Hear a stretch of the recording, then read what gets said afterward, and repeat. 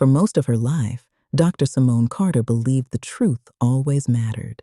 Medicine was built on truth, diagnoses, lab results, patient histories. Life and death depended on facts. That belief guided every decision she made, every patient she treated, every surgery she performed. But one cold Tuesday morning, Simone discovered something terrifying. Facts can be manipulated, records can be altered, and the truth can be buried, especially when powerful people have something to lose. Atlanta Medical Center stood among the most prestigious hospitals in the Southeast. Politicians came there. Celebrities came there.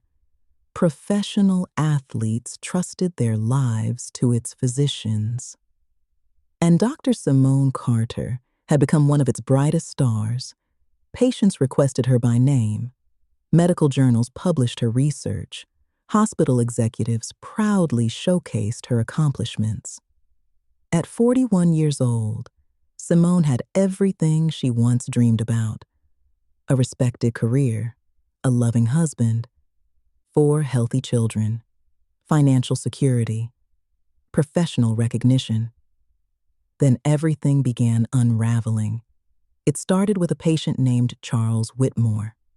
Charles was a 68-year-old real estate developer, wealthy, influential, connected. He arrived at the hospital complaining of chest pain. Initial testing suggested significant heart complications. Nothing unusual. Simone had treated hundreds of similar cases. After reviewing the scans and lab work, she recommended surgery. The procedure carried risks, but delaying treatment carried greater risks. Charles agreed. His family agreed. The operation was scheduled immediately. The surgery began smoothly. Every member of the medical team performed exactly as expected. Vitals remained stable. Equipment functioned properly. Everything appeared routine. Then suddenly, everything changed. Charles's condition deteriorated rapidly. Monitors sounded alarms. Nurses rushed into action. Doctors attempted emergency interventions. For nearly 40 minutes, the surgical team fought to save his life. They failed. Charles Whitmore died on the operating table. The entire operating room fell silent. Patient deaths were tragic, but they happened. Medicine wasn't perfect. Sometimes, despite everyone's best efforts, patients couldn't be saved. Yet something bothered Simone. The situation didn't make sense. Certain complications appeared inconsistent with the patient's medical history. Several test results seemed unusual. The timeline didn't fit. She reviewed the records again, and again, and again. The more she studied the case, the more uncomfortable she became. Hospital administrators immediately became involved. Whenever wealthy patients died unexpectedly, attention followed. Media inquiries, legal concerns, insurance investigations, potential lawsuits. Executives wanted answers quickly, perhaps too quickly. Within days, an internal review committee began examining the case. Simone expected a fair investigation. Instead, she noticed something strange. People avoided eye contact. Meetings happened without her. Conversations stopped when she entered rooms. Rumors circulated through hospital corridors. Someone was quietly building a narrative, and Simone was becoming the villain. 2 weeks later, she was called into a meeting. Waiting inside were attorneys, administrators, risk management officers, and members of the hospital board. The atmosphere felt hostile, cold, unfamiliar. Then the accusation arrived: a medication dosage discrepancy. According to hospital records, Simone had approved medication levels significantly higher than recommended, levels potentially capable of causing complications, levels that could contribute to a patient's death. Simone stared at the paperwork, confused, then shocked, then furious. "I never authorized this." The room remained silent. The records said otherwise. That evening, Simone accessed the patient files herself. What she found made her blood run cold. The records had been altered. Someone had changed entries, medication approvals, treatment recommendations, electronic signatures. Information had been modified, but by whom and why? She immediately contacted Marcus. Lieutenant Marcus Carter listened carefully as Simone explained everything. Years of law enforcement experience taught him one thing. When evidence appears too perfect, someone usually created it. Marcus began asking questions, quietly, off the record. The deeper he dug, the stranger things became. Multiple employees remembered one version of events. The official record showed another. Security logs contained gaps. Access reports appeared manipulated. Someone had tampered with evidence. The question was, who? 3 weeks into the investigation, Simone received an anonymous envelope. Inside were printed screenshots, emails, financial documents, meeting notes. The documents suggested hospital administrators had been involved in questionable financial transactions, millions of dollars, missing funds, suspicious partnerships, corporate shell companies. The names listed shocked Simone. Several hospital executives appeared connected, but one name stood out above all others: Reed Technologies, Vanessa's company. Simone froze. Her best friend's corporation appeared repeatedly throughout the documents. Years earlier, Vanessa's company partnered with Atlanta Medical Center. Officially, the partnership focused on healthcare technology improvements. Publicly, it received praise and awards. But the documents suggested another story. Money moved through multiple organizations, consulting agreements, vendor contracts, technology implementation fees. The transaction seemed unusually complicated, almost intentionally confusing. And Charles Whitmore had apparently discovered something. Charles wasn't just a patient. He was an investor. One of the investors reviewing financial operations connected to the hospital partnership. According to the documents, he had recently questioned several transactions. Large transactions, potentially illegal transactions. Shortly afterward, he died. Simone suddenly understood why she felt uneasy. This wasn't simply medical malpractice. Something far bigger was happening. Fearing for her career, Simone hired private investigators, former federal agents, experienced professionals, people who specialized in uncovering hidden truths. Weeks passed. Evidence accumulated, bank records, phone records, electronic access logs, witness statements. Every discovery pointed toward a coordinated effort. Someone had deliberately altered hospital records. Someone had intentionally redirected blame. Someone wanted Simone destroyed. The investigators eventually delivered their report. Simone sat frozen as she read. Several shell companies connected to the hospital traced back to Reed Technologies, Vanessa's company. Further investigation revealed meetings, emails, financial transfers, documents bearing executive approvals. The evidence didn't necessarily prove Vanessa committed a crime, but it proved she was connected. Connected to people, connected to money, connected to secrets. Simone couldn't believe what she was reading.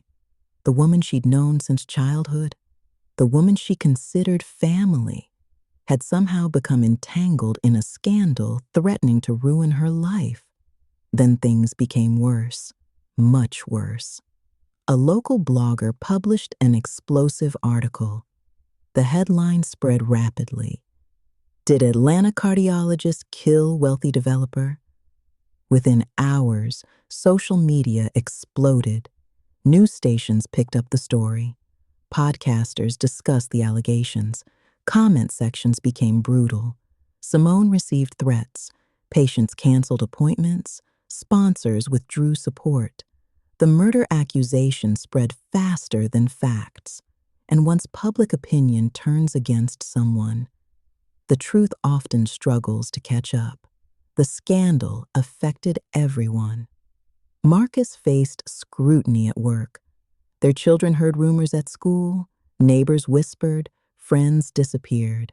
The Carter family found themselves living inside a nightmare. Every television broadcast seemed focused on the case. Every news update created new anxiety. Every phone call brought fresh uncertainty. Late one night, Simone received a call. Unknown number, unknown voice. The caller spoke only once. "You're looking at the wrong person." Simone's heart raced. "What do you mean?" Silence. Then, "Vanessa isn't the mastermind." Click. The line disconnected. The following morning, Simone arrived at her office to find another envelope waiting. No return address, no identifying information. Inside was a flash drive. Attached was a handwritten note. 3 words: "Watch the video." Hands trembling, Simone inserted the drive into her computer. The video began playing. The footage showed a private meeting inside a luxury hotel suite. Several powerful executives sat around a conference table. Among them, Vanessa Reed. But she wasn't alone. Seated beside her was someone Simone never expected. Someone much closer to the sisterhood. Someone whose involvement changed everything. Simone leaned closer to the screen, then gasped, because the face staring back at her belonged to Alicia's father. And suddenly, the scandal wasn't just about a dead patient anymore. It was about a conspiracy decades in the making. Success can hide many things. It can hide fear. It can hide greed. It can hide desperation. And sometimes, it can hide crimes. For nearly 20 years, Vanessa Reed had been celebrated as one of Atlanta's most successful entrepreneurs. Her company appeared unstoppable. Her reputation seemed untouchable. Her future looked secure. But behind luxury offices, magazine covers, and billion-dollar contracts, a dangerous secret had been growing. A secret capable of destroying everything, including her freedom. At 42 years old, Vanessa Reed was living the dream. She owned one of the largest technology consulting firms in the Southeast. Her company employed hundreds. Her net worth exceeded hundreds of millions. She traveled by private jet, owned multiple homes, appeared regularly on television. Business schools taught case studies about her success. Young women viewed her as proof that anything was possible. But what nobody knew was that Vanessa had been fighting a private war for years. The pressure to maintain success had become overwhelming. Investors demanded growth. Shareholders demanded profits. Competitors were constantly attacking her market share. Every quarter had to be bigger than the last. Every year had to outperform the previous one. Failure was not an option, or so she believed.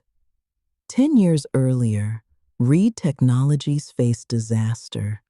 A government software contract worth nearly $80 million collapsed. Technical failures, missed deadlines, legal disputes. The loss nearly crippled the company. Banks became nervous. Investors threatened lawsuits. Board members questioned her leadership. Vanessa feared everything she built was about to disappear. That's when a financial consultant named Gregory Pierce entered her life. He claimed he specialized in helping corporations survive financial crises. His solution seemed complicated, aggressive, risky. But they worked. At first, Gregory introduced Vanessa to a network of corporations. On paper, they looked legitimate. Consulting firms, technology vendors, investment groups, marketing agencies. Each business appeared real. Each company had websites, offices, employees, contracts, but appearances were deceiving. Many of the businesses existed primarily to move money, hide money, protect money. The network stretched across multiple states and multiple countries. And once Vanessa entered that world, leaving became nearly impossible.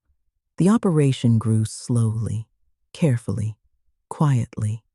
Money from one contract would move into a consulting company. That consulting company would transfer funds to another business. That business would pay fees to a third organization. The money moved through layer after layer until nobody could easily track its origins. Everything looked legitimate. Invoices existed, contracts existed, documentation existed, but much of it was fiction. Millions disappeared into a maze of transactions, then reappeared elsewhere, clean, protected, invisible. The money didn't stay in America. It traveled. The Cayman Islands, Switzerland, Singapore, Belize. International banking laws created opportunities, and opportunities created temptation.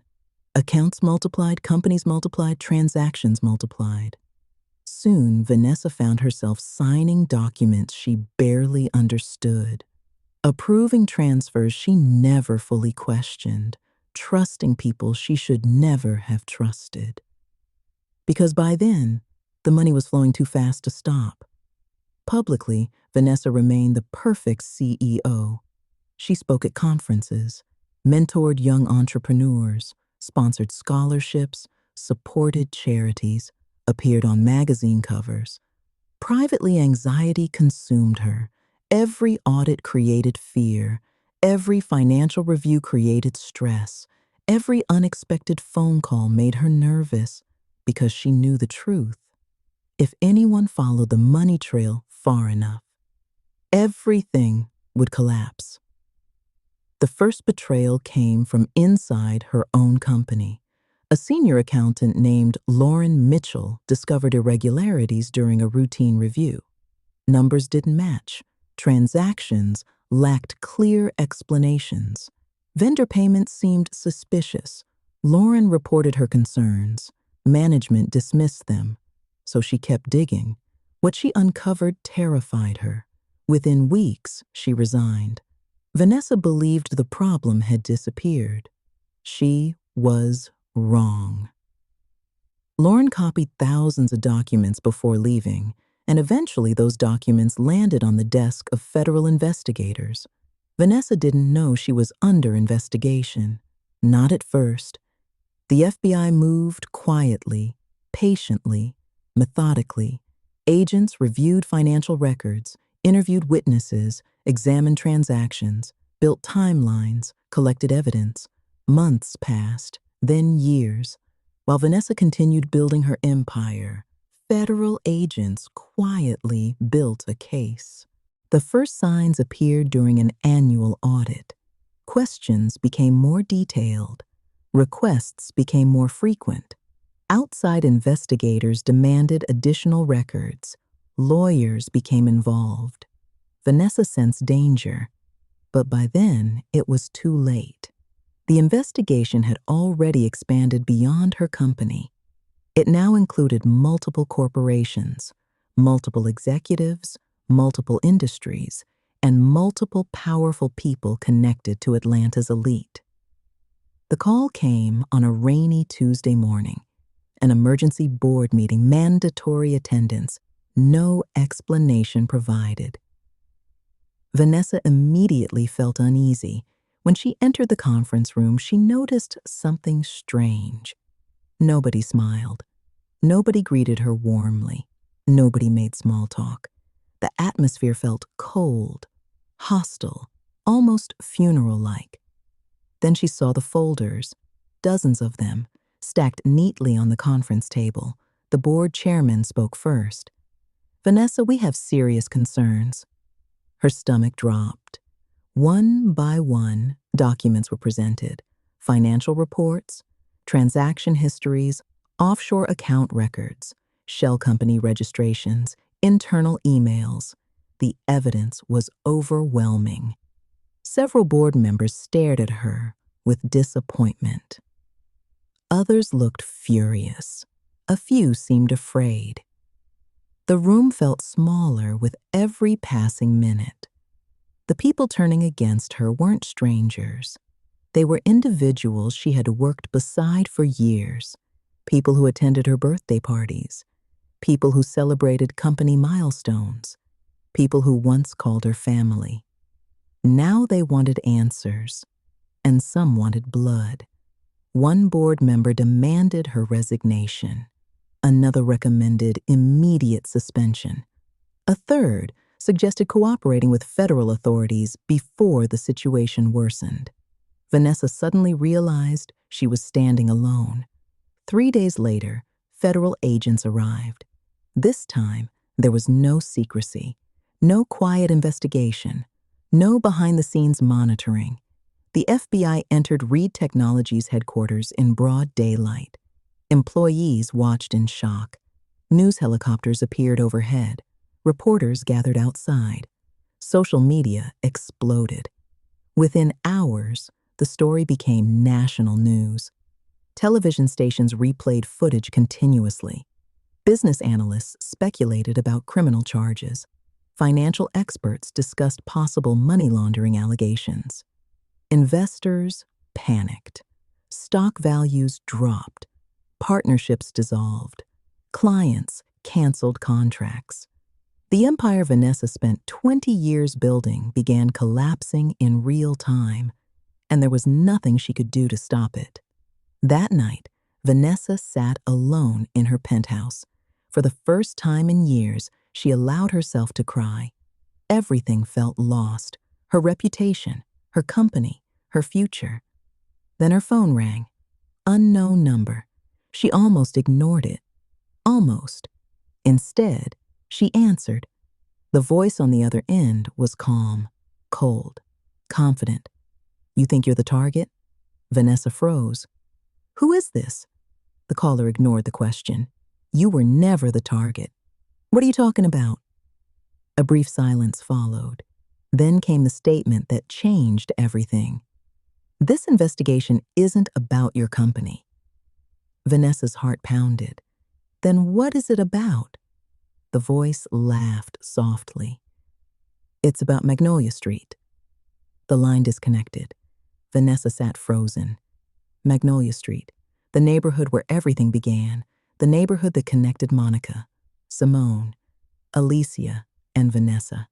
The neighborhood connected to old secrets, missing money, corrupt deals, and now federal investigations. Minutes later, her phone buzzed again. A text message. One photograph. The image showed 4 little girls standing together on Magnolia Street 25 years earlier. Below the picture were 6 chilling words. "Your parents started all of this." Vanessa stared at the screen, because deep down, she was beginning to fear it might be true. And if it was, the scandal threatening her empire was only the beginning. Please like, share, and subscribe.